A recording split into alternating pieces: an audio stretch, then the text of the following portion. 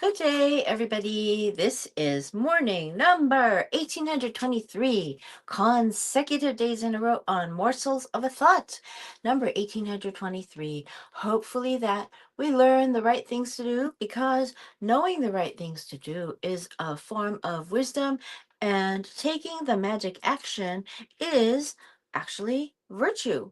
We are bringing more virtue into the world with morsels of a thought of wisdom from other people, because I'm not very wise. I'm simply reading to you what these wise people have to say through their life experiences. So, what you're getting from me is a synopsis of other people's life experiences and morsels of a thought of hopefully wisdom that we know the right things to do so that we can have more virtue. Yay!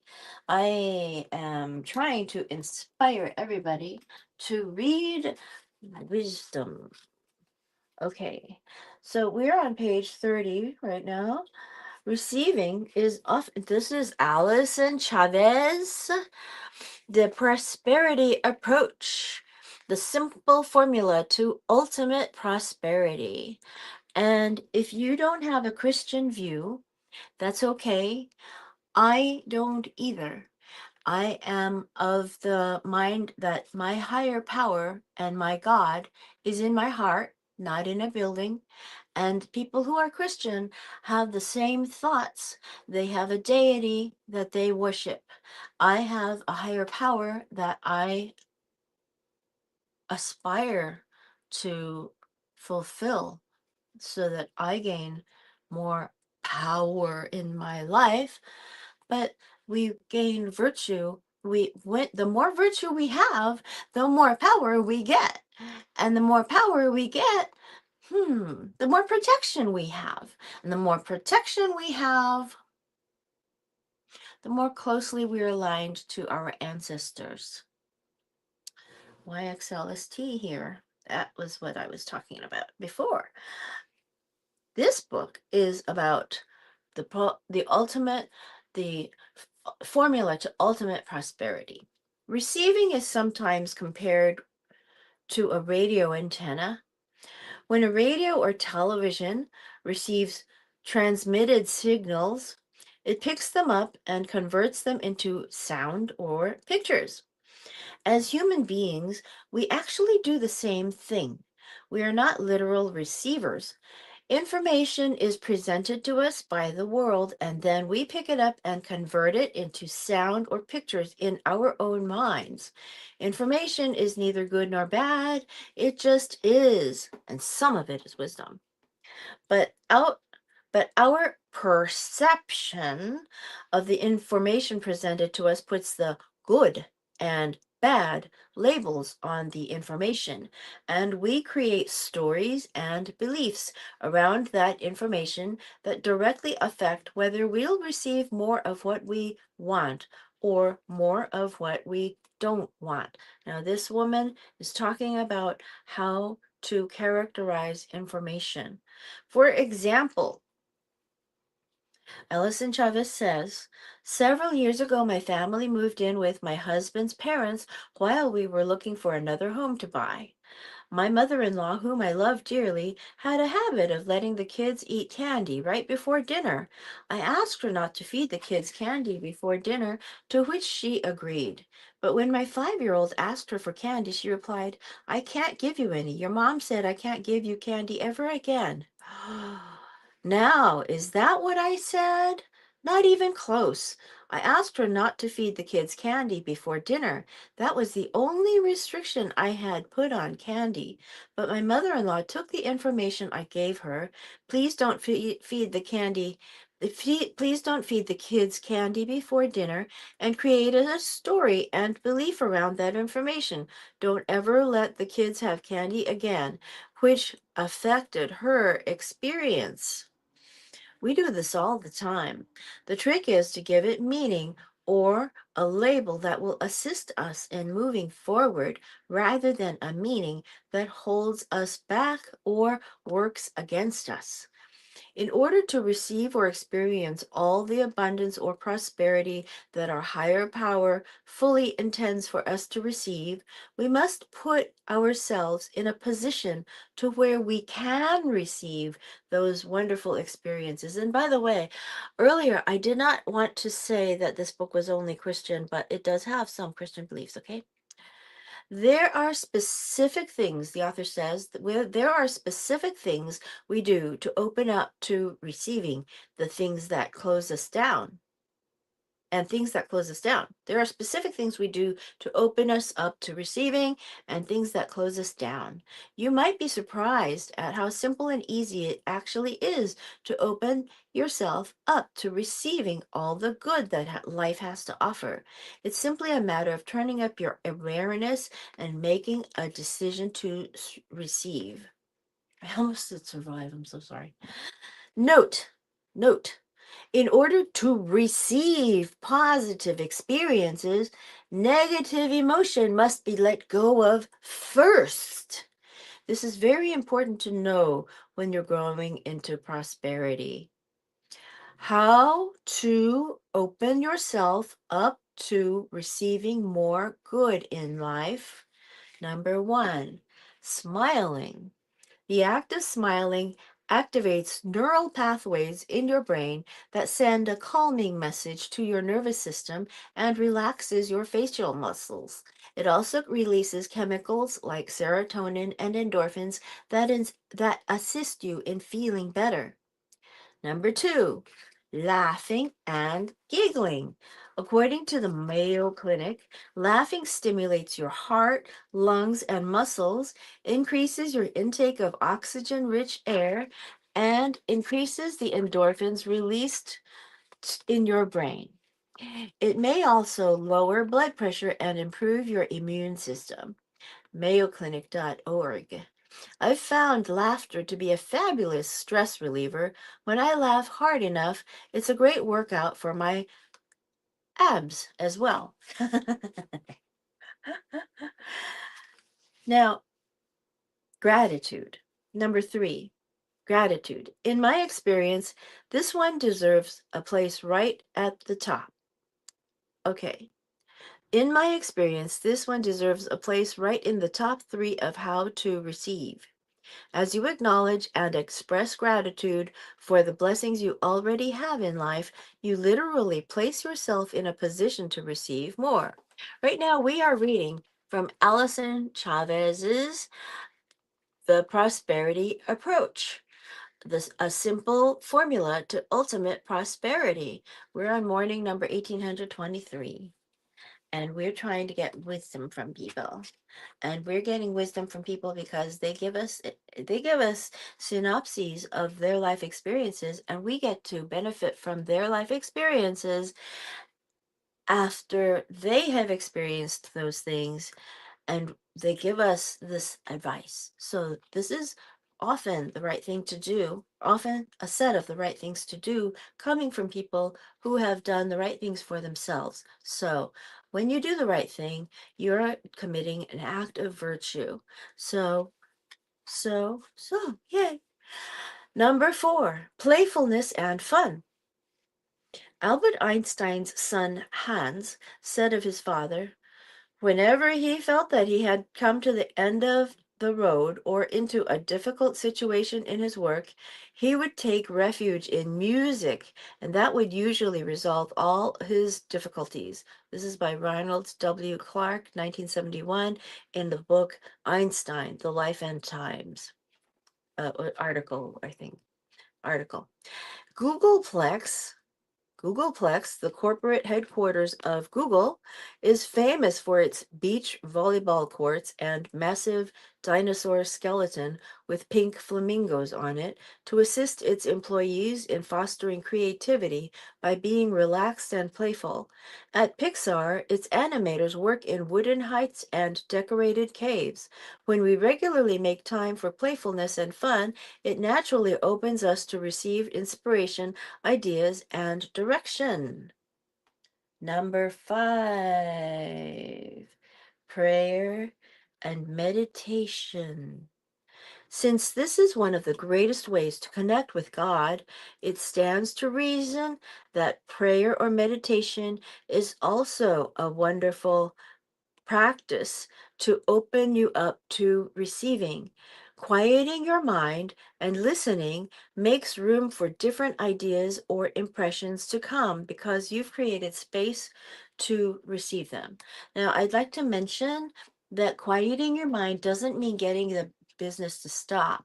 The business in your mind, the business, the blah, blah, blah, blah, blah, blah, blah, blah, blah, blah. It's not getting it to stop. As Dr. Wong once said, um, you're just quieting it. So it stays there, you acknowledge it, but you don't pay attention to it. It's there. Okay. Number 6 by Allyson Chavez, reading something spiritual. Nee, nee, nee, nee, nee. When you read the scriptures or other spiritual books looking for a specific answer because you've set the intention of what you want to experience in the scriptures, many times you'll find yourself receiving the answers. Isn't that great? That's absolutely great. Number 7, being around those you love. Number 8, humility. When you approach everything as a student, you receive so much more. One of my friends once told me that she believes in learning something from every experience, whether it's easy or rough. She's one of the most upbeat, prosperous women I know. That's nice. Number 9, kindness. Showing kindness, no matter the situation, puts us right in the path of receiving wonderful outcomes.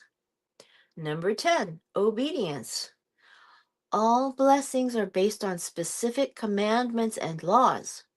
As we obey God's commandments and the laws that govern prosperity, we open ourselves right up to receiving those blessings.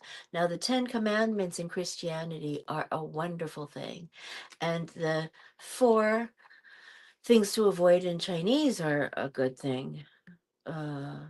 I can't recite the 10 commandments, so I might as well not mention the 4 avoidances. And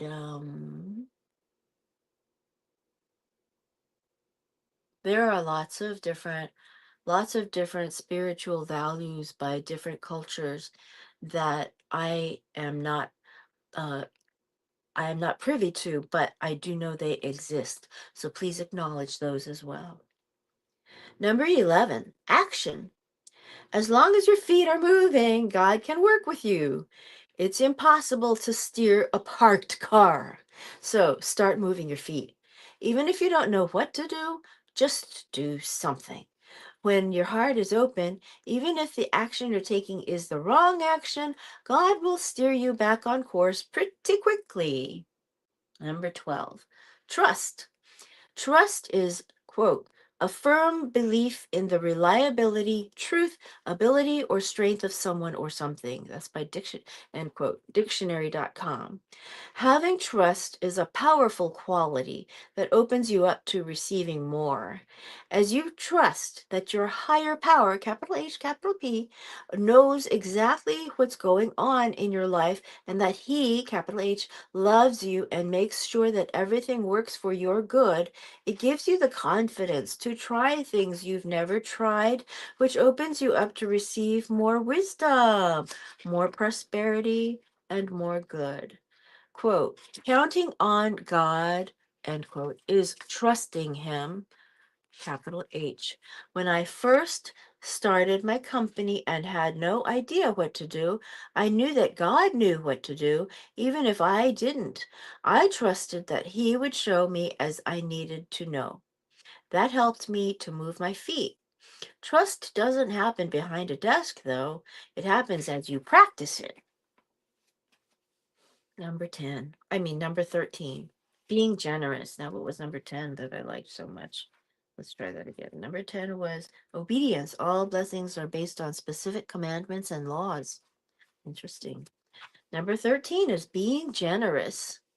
Back when we were broke many years ago, The one thing that really opened me up to more prosperity was this advice. Quote, I can afford to be generous, end quote. It didn't matter to what degree I could be generous. I always had enough to be generous. Sometimes it was $1 left in the tip jar for no other reason than I was proving that I could afford to be generous.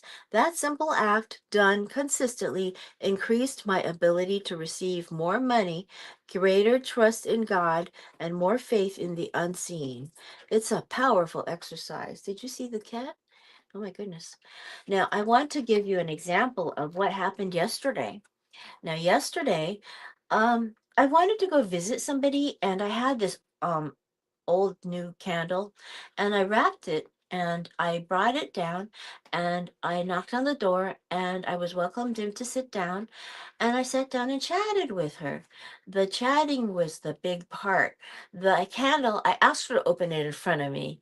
And then after that, I said, this is how you burn it. And I suggested things about it, how to do that, squeezing it because it's a thick candle.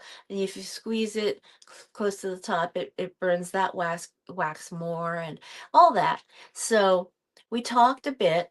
And the funniest part was how she became humorous. And I said, I take X number of drugs. Oh, no, no, no. I take X number of one number plus one drugs. No, no, no. I take X number plus two drugs. And then she says, maybe X number three plus three. It's like, oh goodness, it was so funny. And she was actually able to tell her helper to bring me some sweets later on. It was so nice. And just go visit. Just go visiting made a difference. I think next time I bring flowers, I'm going to go visit. Because of what I did was I would go to her mother's flower bush and I would pick out flowers when they were good and I bring them to her door and I wasn't always invited in. But now I think what I'll do is I'll ask if I can come in, and that way I can give her a chat. That makes a difference. And also, at the end, I gave her a sort of role reversal advice. I said, when you choose to be happy, your body gets better health too. And she says, thank you for the advice. And I was thinking to myself, she should be giving it to me because she's the one who's 30 years older than I am. But it was funny. It was fun. It was funny. And I had a great time. And I got a great gift. I got the best blinchiki I've ever had. I don't know if you know what that is. It's a pancake. And I might as well show you what it is. My goodness. If we're here. We're here. I might as well show it to you. I'll show you the blinchiki while we're on our little break here. I'm trying to explain that we're talking about the prosperity approach. Um, get the blinchiki out of here. Oh, oh, oh, oh, I ate them. I'm sorry. But she did give me also some sweets that are made. They're Russian sweets, and let me see. It was wrapped up like this, and it was very nice. And look at this. These are some Russian sweets. I mean, goodness gracious. And we're talking about food occasionally. Sometimes I've noticed that in one of our books we have recipes now, and sometimes the discussion of can food can food can convey happiness. It is, hey there, kitty cat. It is a form of conveying culture, love, and happiness. So keep in mind that food and eating it can make you happy and bring your health to um, good things too. And I'm going to write down, no, okay, being generous is what we just read.